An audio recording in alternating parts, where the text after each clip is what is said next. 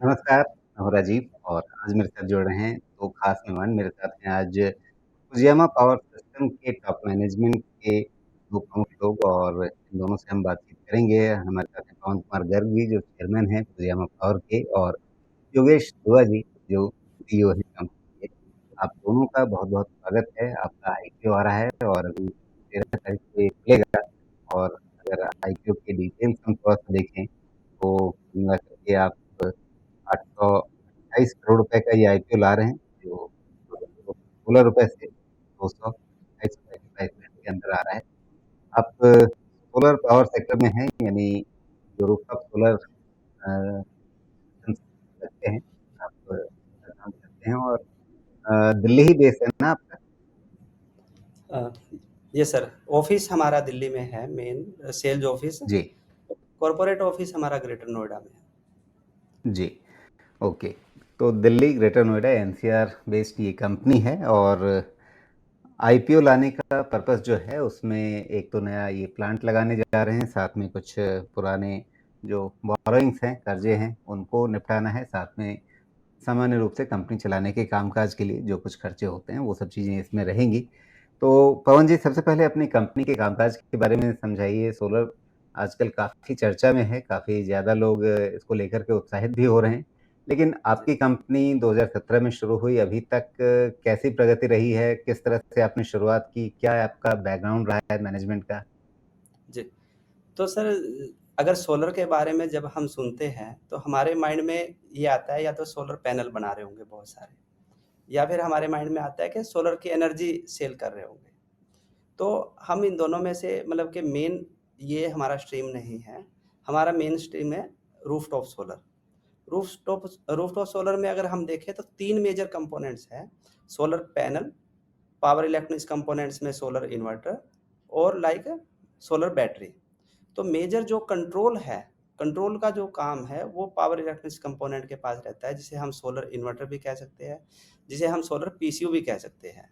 तो हम तीनों ही कंपोनेंट डिजाइन करते हैं, डेवलप करते हैं, मैन्युफैक्चरिंग करते हैं, डिस्ट्रीब्यूशन करते हैं और बी टू सी में एंड कस्टमर तक हम सर्विसेज पूरा हमारा नेटवर्क है, डीलर डिस्ट्रीब्यूटर के थ्रू हम ये सारा पूरा का पूरा सर्विसेज देते हैं। हम सॉल्यूशन कंपनी हैं और पूरा का पूरा इंस्टॉलेशन से लेके सर्विसेज से लेके एंड टू एंड चैनल, हमारे चैनल नेटवर्क के माध्यम से ये सारा हम फैसिलिटीज देते हैं कस्टमर। जी, बिल्कुल।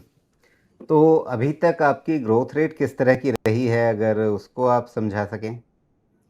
तो इसमें एक जो आपका क्वेश्चन था सर, देखिए हमने 92 में सोलर इन्वर्टर से काम शुरू किया और 2008 के आसपास हमने सोलर लाइक सोलर हम हमने हर इन्वर्टर में सोलर का फीचर ऐड करना शुरू किया और धीरे-धीरे फिर हमने सोलर रूफटॉप की मार्केट को बढ़ाया अपने नेटवर्क में और 2017 में 2018 में हमने कंपनी को प्राइवेट लिमिटेड किया। उससे पहले हम प्रोप्राइटर या पार्टनरशिप कंपनी के रूप में काम कर रहे थे। तो 1992 से हम ये काम कर रहे हैं। अगर ग्रोथ रेट देखें तो 96 में just after college pass out, तो वहाँ से हमने कंपनी को बिल्कुल ज़ीरो से स्टार्ट किया। मैं और योगेश जी दोनों हम क्लासमेट थे। कॉलेज में लास्ट ईयर में हमने सोचा कि जॉब ना करके हम बिज़नेस कुछ करेंगे और वहाँ पे एक हमने छोटे से रूम में आर&डी से काम स्टार्ट किया। वहाँ पर एक इन्वर्टर, पहले इन्वर्टर से काम स्टार्ट करके और धीरे-धीरे इसको हम बूटस्ट्रैप मोड में कंपनी को मतलब कि धीरे-धीरे यहाँ तक लाए हैं सर। जी। तो इसमें मतलब अभी तक की जो यात्रा आपकी रही है, उसमें आपने बाहर से कोई फंडिंग अभी तक नहीं ली है? सिर्फ़ डेट्स जो बैंक से होते हैं सर वो लिए हैं, बाकी जी, कोई प्राइवेट फंडिंग या जो इस तरह का जी। कोई हम नहीं लिया सर। लेकिन जो पुराना काम हुआ, जो आप मतलब कॉलेज से बाहर निकलते ही जो आपने शुरू किया और अभी ये जो फुजियामा पावर आपने 2017 से एक कॉर्पोरेट स्ट्रक्चर में शुरू किया, तो जी। ये ट्रांज़िशन किस तरह का रहा और उसमें कैसे आपने सोचा कि हाँ, अब क्या पहले मोटा-मोटी एक अनऑर्गनाइज़्ड सेक्टर जैसा काम था, जिसको आपने फिर बाद में ऑर्गनाइज़्ड सेक्टर की तरफ तब्दील किया? बिल्कुल सर, आपका बिल्कुल अच्छा क्वेश्चन है ये। तो अगर हम देखते हैं सर, जैसे हम 96 की बात करते हैं, तो इन्वर्टर टोटली अनऑर्गनाइज़्ड मार्केट थी सर। तो 2005 के आसपास अगर हम कहें इसमें कंसोलिडेशन शुरू हुआ, मतलब कि सारा एक ऑर्गेनाइज सेक्टर के रूप में ये तब्दील होना शुरू हुआ। और 2005 में भी हमारा अगर साइज हम देखेंगे तो वो बहुत बड़ा नहीं था, अगर मतलब डेफिनेटली 96 के कंपैरिजन में तो था, जहाँ पर 96 तो लगभग जीरो से, जब पहले साल में हमने करीब करीब 50 इन्वर्टर के करीब हमने बनाए होंगे अगर हम देखेंगे, तो उसके हिसाब से तो हम ठीक ठाक लेवल पे थे। लेकिन अगर हम देखें तो उस टाइम पे जो सबसे बड़ी कंपनियां थी, तो उनके कंपेरिज वो हमसे करीब करीब 100 गुना बड़ी थी उस टाइम पे। तो वो फिर वहाँ 2005 के आसपास कंसोलिडेशन जब शुरू हुआ, तो हमारे साइज़ की और हमसे बहुत बड़ी-बड़ी कंपनियाँ भी उसके बाद जब कॉम्पिटिशन में कहीं न कहीं उतना सर्वाइव नहीं कर पाई, हज़ारों की संख्या में कंपनियाँ थी अगर हम देखें इन्वर्टर में उस टाइम पे। पर ये है कि बिकॉज़ ऑफ हमारी स्ट्रेंथ जो है आर-एन-डी है, हम दोनों इंजीनियर हैं, पावर इलेक्ट्रिक्स इंजीनियर हैं, तो बिकॉज़ ऑफ हमने सोसाइटी में क्या प्रॉब्लम्स आने वाली हैं आने वाले टाइम में, 2008 में देखें तो सोलर एक जस्ट चलन शुरू हुआ था, बहुत क्यूरियोसिटी थी लोगों के मन में कि सोलर क्या है? क्वेश्चन्स बहुत थे, लेकिन मतलब एक डिमांड नहीं जनरेट हो पा रही थी। तो वहाँ पे जाके हमने गाँव-गाँव में जो हम इन्वर्टर का जो काम कर रहे थे, उसमें सोलर ऐड कर के और इसमें हमने काम शुरू किया रूफ़टॉप में। और इसमें मैं ये कहूँगा कि गाँव के लोग मतलब कि बहुत समझदार थे, मतलब समझदार है, और उन्होंने सबसे पहले अडॉप्ट किया। शहर से पहले गाँव ने अडॉप्ट किया इस चीज़ को। जी, और वहाँ शायद ज़रूरत भी इस हिसाब से है कि जहाँ पर पहले बिजली नहीं पहुँच पाती थी, तो वहाँ पर लोगों को लगता था कि ठीक है, हम अपने घर में ही, अपने खेत में ही अगर सोलर लगा लेंगे, तो फिर बिजली की हमारी समस्या खत्म हो जाएगी। क्योंकि गाँव में हम जानते हैं कि पहले एक तो बिजली या तो गाँव तक पहुँची नहीं थी, पहुँची भी थी तो ज़्यादातर समय कटी रहती थी। तो सोलर बिल्कुल, उस समय बहुत ज़रूरी एक अ, अच्छे विकल्प विकल्प के है। रूप में उन्हें दिखा। जी, लेकिन यहाँ पर अब समस्या ये है कि अब एक तो यहाँ पर अब ज मतलब बिजली हर गाँव तक पहुँच चुकी है और अब उतनी जाती भी नहीं है। तो क्या आगे भी आपको उसी तरह की डिमांड दिखती है या फिर अब वहाँ पर आपको लगता है कि नहीं, कहीं पर जो ग्रिड वाली बिजली है, उसकी उपलब्धता इतनी हो गई है कि शायद गाँव में अब उस तरह की स्कार्सिटी नहीं है और दूसरे प्रतिस्पर्धा, कॉम्पिटिशन बहुत ज़्यादा बढ़ गया है। तो आपकी ओवरऑल ग्रोथ स्ट्रैटेजी क्या है? आप चाहें तो योगेश जी जवाब दें। यहाँ से क्योंकि इतने इंटेंस कॉम्पिटिशन के बीच में जिसमें आपके पास टाटा पावर जैसे बड़े नाम हैं, आपके पास और भी कई लिस्टेड पेयर्स हैं। हाल में मैंने 1-2 और भी इंटरव्यू जिनका हाल में आईपीओ आया है, वो भी किए हैं। तो काफ़ी कॉम्पिटिटिव होता जा रहा है। कैसे आप अपनी ग्रोथ को सस्टेन करेंगे या आगे बढ़ाएँगे इतने कॉम्पिटिटिव माहौल में, जबकि आपका जो बेस है, वो रिलेटिवली छोटा है? बिल्कुल। जी। सर, हमने जब काम शुरू किया था तो इन्वर्टर बैटरी के सेगमेंट से काम शुरू किया था, तो पावर कट्स जहाँ पे थे वहाँ पे हम पहुँचे और वहाँ पे हमने नेटवर्क बनाया। गाँव में टियर 2, टियर 3 सिटीज़ में नेटवर्क बनाना होता है तो रेफ़रेंस से नेटवर्क बनता है कि एक ने लिया बिज़नेस, उसने सही चलाया, फिर उसको देख के दूसरे ने किया, तो वो एकदम से रेप्लिकेट करना इतना ईज़ी नहीं होता है। और दूसरा, वहाँ पे हमने जी। ना सिर्फ़ डिस्ट्रीब्यूशन एस्टैब्लिश किया, बल्कि सर्विस नेटवर्क भी एस्टैब्लिश किया, जो कि मतलब एंड लेवल पे जाके कॉस्ट इफेक्टिव सर्विस प्रोवाइड करना अपने आप में एक और वो भी मतलब over a period of time incrementally improve होता चला गया कि हम कैसे इसको कॉस्ट इफेक्टिव भी रखेंगे, सर्विसेज भी अच्छी बनाएँगे। दूसरा, हमारे पास तीनों प्रोडक्ट्स की आर-एन-डी है, सोलर पैनल की भी है, बैटरीज़ की भी है और इन्वर्टर्स की भी है। तो जो ये स्ट्रेंथ हमें मिलती है कि हमें जो मार्केट से डिमांड आएगी उस प्रोडक्ट को हम अपने मॉडिफ़ाई करके बना सकते हैं और उसको दे सकते हैं, तो वो अपने आप में एक स्ट्रेंथ है जो कि लंबे टाइम से हमारे साथ है। और जो 500 तरह के एसकेयूज़ हैं, वो हमें एक फ्लेक्सिबिलिटी देते हैं कि अगर डिमांड हमारे डिस्ट्रीब्यूटर्स के पास गाँव की है या कस्बे की है या शहर की है, तो हम हर जगह पे मतलब कैटर कर सकता है हमारा डिस्ट्रीब्यूटर। तो उसको एक मतलब बहुत अच्छा सपोर्ट है उस चीज़ को लेके कि वो मतलब हमारे से कहीं नहीं जाएगा। और दूसरा, जैसे हमारे पास एक ऑनलाइन से इंक्वायरीज़ आती हैं या हमारे जो सर्विस के लोग हैं, वो लोग भी जब विज़िट पे जाते हैं, तो उनको भी हम लोग एक ऐप दिया है हमने। वो रास्ते में जो डीलर डिस्ट्रीब्यूटर पड़ते हैं, तो उनको मिलते हुए वो जाते हैं और उनको नए प्रोडक्ट, नए फीचर समझाते हैं, तो वहाँ से भी उनको ऑर्डर्स मिलते हैं। तो उसको भी अपनी वो ऐप में डालते हैं, उनको इंसेंटिव मिलता है और वो ऑर्डर्स डिस्ट्रीब्यूटर्स को जाते हैं। तो इस प्रोसेस के थ्रू भी हम एक अच्छा खासा चंक ऑफ बिज़नेस जो है, वो हम अपने डिस्ट्रीब्यूटर्स को देते हैं। तो हमारा डिस्ट्रीब्यूटर सपोर्ट बहुत बड़ा है, बहुत पुराना है, सर्विस नेटवर्क एस्टेब्लिश है और मैं समझता हूँ कि काफ़ी अच्छा है। और दूसरी बात ये है कि रूफटॉप सोलर ठीक है, कॉम्पिटिटिव तो दिखता है, लेकिन आने वाले टाइम में बड़ा बहुत हो रहा है। अभी जो हमारी गवर्नमेंट का टारगेट है, वो काफ़ी बड़ा टारगेट है। वो धीरे-धीरे पूरा भी हो रहा है। और हम देख रहे हैं कि 1 करोड़ घरों में प्रधानमंत्री जी ने अनाउंस किया था और कुछ मतलब जो हमारे टारगेट्स थे अब तक के, वो पूरे हुए भी हैं और आने वाले समय में पूरे होंगे और उनके फर्दर भी टारगेट्स हमें दिखाई देते हैं। तो बहुत बड़ा मार्केट है, सब लोग आएँगे, वेलकम है। हम भी अच्छा करेंगे, वो भी अच्छा करेंगे। जी, ठीक है। मैं थोड़ा-सा रोल चेंज करता हूँ। मैं यहाँ पर आपके एक पोटेंशियल कस्टमर की तरह से बात करता हूँ। जी। आप मुझे कन्विंस कीजिए कि मुझे आपसे अपने रूफ़टॉप पे सोलर सिस्टम क्यों लगवाना चाहिए? टाटा पावर से या किसी विक्रम सोलर से क्यों नहीं लगवाना चाहिए? तो सर इसमें अगर मैं सबसे पहले ये पूछना चाहूँगा कि आपका बिजली का बिल कितना आता है सर? जी। चलिए एक और दूसरा रफ़ली फिगर इसमें मान लेते हैं ₹5000 ₹5000 आता है और पावर कट कितनी देर का है सर? नहीं है। नहीं है पावर कट और मतलब हम दिल्ली मेन में बैठे आपकी हैं, आपको पता है पावर कट कम होता है। दिल्ली में और छत का एरिया कितना है सर आपके पास? अ, चलिए आप अगर 3 किलोवाट के लिए आपको कितनी जगह चाहिए? 300 स्क्वायर फीट। 300 स्क्वायर फीट आप मान जी, सकते मिल जाएगी। हैं, मिल जाएगी। तो मसला वो नहीं अगर है, मसला ये है कि हाँ, मुझे आपको क्यों चुनना चाहिए, टाटा पावर को क्यों नहीं, विक्रम सोलर को वो क्यों ठीक नहीं?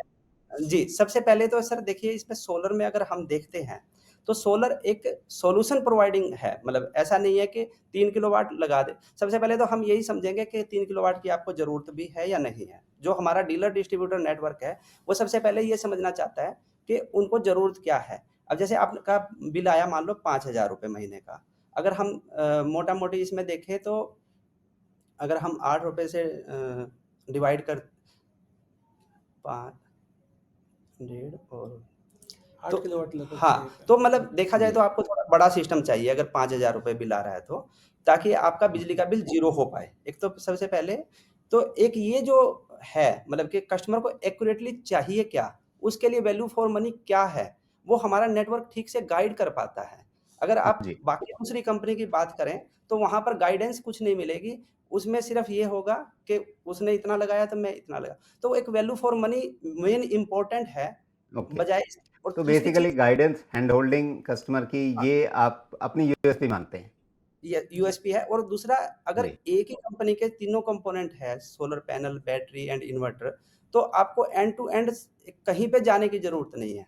अगर आप किसी जी, दूसरी कंपनी का लेते हैं, इन्वर्टर आपको कोई और मिलेगा, पैनल आपको कोई और मिलेगा, सर्विसेज़ तीसरा बंदा दे रहा है, तो अगर कल को प्रॉब्लम आती है, तो ठीक है। आपको किसके पास जाना है, वो आपको ठीक आइडेंटिफ़ाई से करना पड़ेगा ठीक से पता नहीं जी, और चलेगा। इसमें एक ही नंबर है, वहाँ पे बिल्कुल। आप कंप्लीट करेंगे तो रिज़ॉल्यूशन हो जाएगा। अच्छा योगेश दूसरा जी मुझे थोड़ा-सा अपने बिज़नेस का ब्रेकअप समझाइए कि कितना आपका बिज़नेस जो है वो जैसे मैंने अपना एग्ज़ाम्पल दिया एक पोटेंशियल कस्टमर के रूप में, तो मेरे जैसे रिटेल कस्टमर कितने होंगे? जो गवर्नमेंट ऑर्डर्स हैं वो कितने होंगे? और साथ में इंडस्ट्रियल या कॉर्पोरेट सेक्टर में कितना आपका काम आता है? मैं बताऊँ? हाँ, तो इसमें सर मेजर जो हमारा फ़ोकस है, वो है बी2सी जो हमारा चैनल नेटवर्क है, हमारा मेन रहता है कि उनके थ्रू हम काम करें। तो जब वो काम करते हैं तो ठीक है, मोस्टली उनका रेज़िडेंशियल मेन टारगेट कस्टमर रहता है। लेकिन छोटे जो हमारा लाइक बिज़नेस हाउसेज़ है जिसमें हम अ, इंडस्ट्रियल एंड C&I कमर्शियल सी&आई कहेंगे, तो वो भी उसमें से कुछ होता है लेकिन उसका अगर इंस्टॉलेशन का प्रोसीजर है या काम करने का तरीका है, वो बिल्कुल लगभग-लगभग सेम है मतलब के। तो मेजर पोर्शन आज क्योंकि जो मेजर पीएम सूर्यघर योजना में सब्सिडी का जो पोर्शन आया हुआ है, उसकी वजह से जो अवेयरनेस आई हुई है, अवेयरनेस में रेज़िडेंशियल का आज की डेट में बहुत ज़्यादा एक वो डिमांड है मार्केट में। तो इसलिए आज जो है सबसे ज़्यादा पोर्शन रेज़िडेंशियल में जा रहा है और सी एंड आई भी एक पोर्शन है लेकिन वो कंपैरेटिवली छोटा है इसमें। सर हम लोग शुरू से ही ना 1996 से जब हमने काम किया, हम कंज़्यूमर सेगमेंट में ही थे और अभी भी जी, कंज़्यूमर सेगमेंट में ही फ़ोकस कर रहे ओके। हैं। हमारा तो गवर्नमेंट ज़्यादा बिज़नेस फ़ोकस वहीं पर है। जी अब हाँ, आपके और 2 ब्रांड हैं, एक यूटीएल करके और एक फुजियामा करके, कंपनी का नाम आपका फुजियामा है। तो ये जो बाइफरकेशन है या 2 अलग ब्रांड आपने बनाए हैं, उनका पर्पज़ क्या है? और फुजियामा नाम रखने के पीछे क्या आपका कोई अ, मतलब टाई अप वगैरह है जिसके चलते आपने ये नाम चुना है? मैं दोनों क्वेश्चन के आंसर कर देता हूँ सर। हम जी, लोग जब काम शुरू किया था तो यूटीएल के नाम से काम शुरू किया, और जब 2008 में हमने सोलर लेके आए तो यूटीएल सोलर का ब्रांड भी हमने अपने साथ लिया, और वो हमारे साथ रजिस्टर्ड हैं। तो जी, यूटीएल काफ़ी समय से अच्छा चल रहा था, डिस्ट्रीब्यूशन हमारे सारे यूटीएल सोलर के नाम से चल रहे हैं।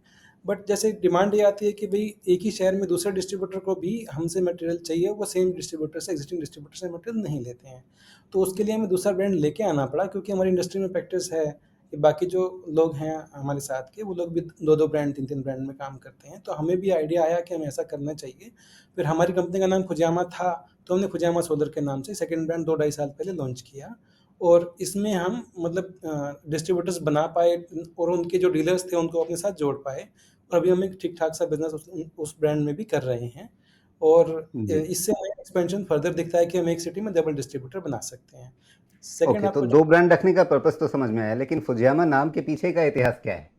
जी, हमने सर जब पवन जी प्लीज़ आप हाँ, तो सर जी, बेसिकली ये बात है, पहले हम as a proprietorship partnership company हमने की। पार्टनरशिप कंपनी जब 2005 में ख़ास तौर से जब हिमाचल में गवर्नमेंट ने फैसिलिटीज़ दी कि सेंट्रल गवर्नमेंट ने कि जो एक्साइज़ फ्री ज़ोन वहाँ पे, तो हमें एक कंपनी बनानी थी। तो 96 में जब हम पास आउट हुए, ज़ीरो से हमने वहाँ तक पहुँचे, तो एक मन में था कि कुछ बड़ा करना है। जब नई एक कंपनी हमें पार्टनरशिप कंपनी बनानी थी, तो कंपनी का नाम रखना था, तो उस पे हमारा विचार विमर्श हुआ, तो ये था कि कुछ बड़ा करना है। बड़े से तो एक माउंट एवरेस्ट ध्यान में आता है, तो हमने कहा माउंट एवरेस्ट थोड़ा ज़्यादा हो जाएगा, थोड़ा एक लेवल में आके थोड़ा देखते हैं। तो हमने थोड़ा-सा रिसर्च किया उसमें, and Fuji is one height कि एवरी जैपनीज़ चाहता है कि वन्स इन लाइफ टाइम वो उसको टच करे। तो एक हमारे जो वहाँ से जो ज़ीरो से हम वहाँ तक पहुँचे थे, तो हम एक छोटे-छोटे टारगेट लेके चले थे, और उनको स्टेप बाय स्टेप हमने अचीव किया था। तो हमने कहा कि हम फ्यूचर में भी स्ट्रैटेजी ऐसी ही रखेंगे कि हम ऐसे टारगेट्स रखेंगे जो चैलेंजेबल हो, बट वो अचीवेबल हो। तो वो हमारे को लगा कि ये क अगर नाम हम रखते हैं, तो ये हमारी स्ट्रैटेजी से मैच करता है कि लोग चैलेंज को एक्सेप्ट भी करते हैं, उसको अचीव भी कर पाते हैं। तो इसलिए हमने ये नाम रखा सर। जी। तो मतलब ऐसा नहीं है कि किसी विदेशी कंपनी से आपका तालमेल है और इसके चलते आपके नाम में फुजियामा जुड़ा है? जी। जी। ठीक है। तो अब आपके जो कारोबारी आंकड़े हैं, उनको देखें तो पिछले 3 वित्त वर्षों में मतलब 2022-23 में आप लगभग 665 करोड़ रुपए की रेवेन्यू पे थे, कुल इनकम जो आपकी थी। और फिर अगले साल आप 927 पे पहुँच गए और अभी 2024-25 में आपने 1550 करोड़ रुपए की रेवेन्यू टोटल इनकम जो है, वो दर्ज की है। तो काफ़ी तेज़ रफ़्तार से आपकी बढ़त हो रही है। अ, 65 को करेक्ट करना होगा सर आई थिंक। जी, अ, बताएँ? फर्स्ट 600 समथिंग है सर, वो जो 664 है सर। ओके, हाँ, 664, 65 वो लगभग एक ही चीज़ है, ओके, ठीक है। 600 मैं मिस जी, कर गया सर, सॉरी। जी, जी। जी। ठीक है, ओके। तो काफ़ी तेज़ रफ़्तार से आपकी बढ़त हो रही है, लेकिन सवाल ये है कि ये बढ़त जो है, ये मतलब आईपीओ को ध्यान में रखते हुए कि हमें आईपीओ लाना है इसलिए आपने काफ़ी ज़ोर लगा दिया या फिर आपको लगता है कि अगले 2-3 साल, 5 साल भी इसी तरह से आप चल पाएँगे? सर इसमें तो आप देखें, जब ज़ीरो से कंपनी स्टार्ट हुई, अगर आप देखेंगे पिछला इतिहास भी देखेंगे, तो मतलब 50% की ग्रोथ रेट से पीछे भी करते आए हैं, ऐसा नहीं है, एवरेज पीछे भी अच्छी रही है, और ये रही है, और कोशिश करेंगे सर आगे भी मेंटेन करें मतलब इस चीज़ को, और आपकी इंडस्ट्री की अपॉर्च्युनिटी। एवरेज ग्रोथ क्या है? हाँ जी? आपकी इंडस्ट्री की एवरेज आपकी इंडस्ट्री की एवरेज ग्रोथ क्या है सीएजीआर में पिछले अगर 4-5 साल का सीएजीआर देखें तो? अगर हम बेसिकली रूफटॉप सोलर में देखें तो 40% का है सर इंडस्ट्री की मतलब ग्रोथ। इंडस्ट्री भी चल रही है और आप भी साथ में अच्छे से चल रहे हैं। हाँ, बिल्कुल सर। जी। तो आगे का एक नज़रिया क्या है? मतलब ऑफ़ कोर्स मैं कोई फॉरवर्ड लुकिंग स्टेटमेंट आपसे नहीं माँगूँगा, लेकिन फिर भी एक अंदाज़ा कि अगले 4-5 साल में आपकी इंडस्ट्री और आपकी कंपनी किस तरह से बढ़ने वाली है? देखिए सर, अगर हम देखें रूफटॉप सोलर में ख़ास तौर से, तो अपॉर्च्युनिटीज़ बहुत है सर। अगर हम देखते हैं कि चाइना जो है एवरी ईयर 60 गीगावाट ऐड कर रहा है सर, और हम तो अभी 60 गीगावाट पे पहुँचे भी नहीं हैं। हमारी पॉपुलेशन उनसे ज़्यादा है। और अगर हम वर्ल्ड वाइड भी देखते हैं सर, जितनी सोलर की कैपेसिटी ऐड होती है, उसमें से मतलब जो हमारे को रिपोर्ट्स मिली है, मतलब डिफरेंट एजेंसीज से, तो वो ये कहती है कि करीब-करीब 50% जो है सोलर रूफटॉप में ऐड हो रहा है। और हमारे यहाँ अभी वो एडिशन अवेयरनेस नहीं थी। मेन मेन बात ये है कि अवेयरनेस नहीं थी। ज़रूरत तो उनसे ज़्यादा है हमारी, अवेयरनेस नहीं थी और अब अवेयरनेस आ गई है थैंक्स टू गवर्नमेंट। गवर्नमेंट ने मतलब बेसिकली बहुत पुश किया है इस चीज़ को, कि रूफटॉप सोलर को। तो रूफटॉप सोलर एक अल्टीमेट चीज़ है सर। देखिए, अगर हम देखते हैं कि राजस्थान में अगर हम बिजली जनरेट कर रहे हैं, वहाँ पर 3 रुपए में लोग देने के लिए तैयार हैं। मतलब डिस्कॉम कंपनीज कितनी लेती है, कितनी नहीं लेती है, क्योंकि हम उस सेक्टर में नहीं है, हमें ज़्यादा आइडिया नहीं है। बट 3 रुपए में लोग जी, बना के बिजली बेचने के लिए तैयार है। और यूपी के एक गाँव में अगर डिस्ट्रीब्यूशन कंपनी है, वो 6 रुपए में भी अगर बिजली बेचती है, तो शायद वो लॉस में है। तो इतना ज़्यादा जो लॉसेज है ट्रांसमिशन के, तो वो हमारे बिल्कुल ज़ीरो हो जाते हैं जब हम रूफटॉप सोलर की बात करते हैं। अगर यूपी के गाँव में छत पे या बिहार के गाँव में छत पे अगर हम सोलर लगाएँ और वहीं पे अगर एनर्जी यूज़ कर लेते हैं, तो जो ट्रांसमिशन लॉसेज है वो पूरे हमारे सारे ज़ीरो हो जाते हैं। तो जिसकी वजह से ये एक डिस्ट्रीब्यूटेड सोलर जो है ना, वो सबसे अच्छा माध्यम है और वर्ल्ड वाइड ये चीज़ समझी जा चुकी है। और हम भी ये चीज़ समझ रहे हैं, गवर्नमेंट भी समझ रही है, सब लोग इस चीज़ को समझ के और इसी पे ज़्यादा से ज़्यादा फ़ोकस है सर। और अपॉर्च्युनिटी जी, इतनी बड़ी है कि कितने भी लोग आ जाए, मतलब कि काफ़ी बड़ा हमारा देश है, पॉपुलेशन है, तो काम बहुत है सर इसमें। जी। तो यहाँ पे योगेश जी, ग्रोथ के लिए आप ज्योग्राफिकल एक्सपेंशन पे ज़्यादा निर्भर रहेंगे या आपको लगता है कि जो एक्जिस्टिंग मार्केट हैं उनके अंदर ही आप ज़्यादा फ़ोकस करेंगे? अभी शायद यूपी आपका बहुत कंसंट्रेशन है उसमें, उत्तर प्रदेश आपके रेवेन्यू में काफ़ी कंट्रीब्यूट करता है। जी, सर यूपी में पॉपुलेशन भी सबसे ज़्यादा है और वहीं पे सबसे ज़्यादा कंज़म्पशन भी है, तो इसलिए यूपी है और हमने स्टार्ट भी यूपी के पास में ही किया था, तो इसलिए वहाँ पे हमारा अच्छा नेटवर्क भी है। बट ज्योग्राफिकल एक्सपेंशन भी हम कर रहे हैं और रिसेंटली हमने काफ़ी सारे स्टेट्स में अपना एफर्ट्स बढ़ाए हैं और हम उम्मीद तो करते हैं कि अभी अभी आपके सबसे टॉप 5 स्टेट्स कौन-से हैं जहाँ पर आपका नेटवर्क ठीक-ठाक बन गया है? यूपी है, राजस्थान है, हरियाणा है, पंजाब है, इवन महाराष्ट्र भी काफ़ी अच्छा नेटवर्क अभी बन गया है हमारा और केरला जी। भी अच्छा नेटवर्क है। और अब हम आने वाले समय में 1 से 2 साल के अंदर उम्मीद करते हैं कि साउथ के जो 3 बचे हुए स्टेट्स हैं और ईस्ट के 3 स्टेट्स हैं, वहाँ पे हम मेजर फ़ोकस कर रहे हैं। तो ज्योग्राफिकल एक्सपेंशन तो होगा ही होगा और दूसरा जो आपने एक सवाल पूछा था कि फुजामा ब्रांड आप क्या कर रहे हैं? तो फुजामा ब्रांड के नाम से हम जो सेकंड डिस्ट्रीब्यूटर बना रहे हैं, तो वो भी हमें डेफ़िनेटली पेनिट्रेशन में हेल्प करेगा और उसमें हम ग्रो करेंगे। जी। चलिए, बहुत-बहुत धन्यवाद आपका पवन जी और योगेश जी इस चर्चा के लिए और बहुत शुभकामनाएँ। आप अच्छा काम करें और निवेशकों के लिए वेल्थ जनरेट करें, यही अच्छा है। जी, शुभकामनाएँ इस आईपीओ के लिए। धन्यवाद। बाकी आगे आप धन्यवाद। निवेशकों को कितना कन्विंस कर पाते हैं, ये इस पे निर्भर करता है। तो जी, वो आपकी जर्नी है और लिस्टिंग के बाद भी आपको हर 3 महीने पर आकर के अपनी रिपोर्ट कार्ड रखनी पड़ेगी निवेशकों के सामने। तो बिल्कुल एक सर, नए रिस्पॉन्सिबिलिटी दौर है में बहुत। आपकी कंपनी प्रवेश कर रही है, शुभकामनाएँ। थैंक यू धन्यवाद sir, sir, thank you very धन्यवाद। मच। नमस्कार। नमस्कार सर।